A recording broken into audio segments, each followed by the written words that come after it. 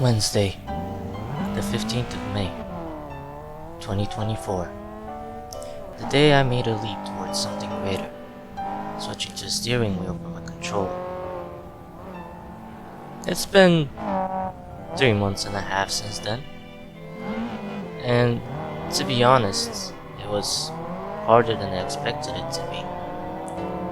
But did that stop me? No. I tried harder than ever to match the pace of my friends. I struggled with keeping up, kept hitting walls, kept feeling burnt out, and constantly hit progression blocks. But I'll keep going until I'm satisfied with my driving, which is still something I'm not sure will ever happen. I mean, there will always be room for improvement, I guess. But after 3 months and a half of striving to beat my controller record in Akina, my home turf, I finally did it. Yeah, it might not sound that impressive, but this is something I really wanted to do. It was like a test to see how fast I could get back on my controller player level, or something. Anyway, that's enough yapping. Enjoy.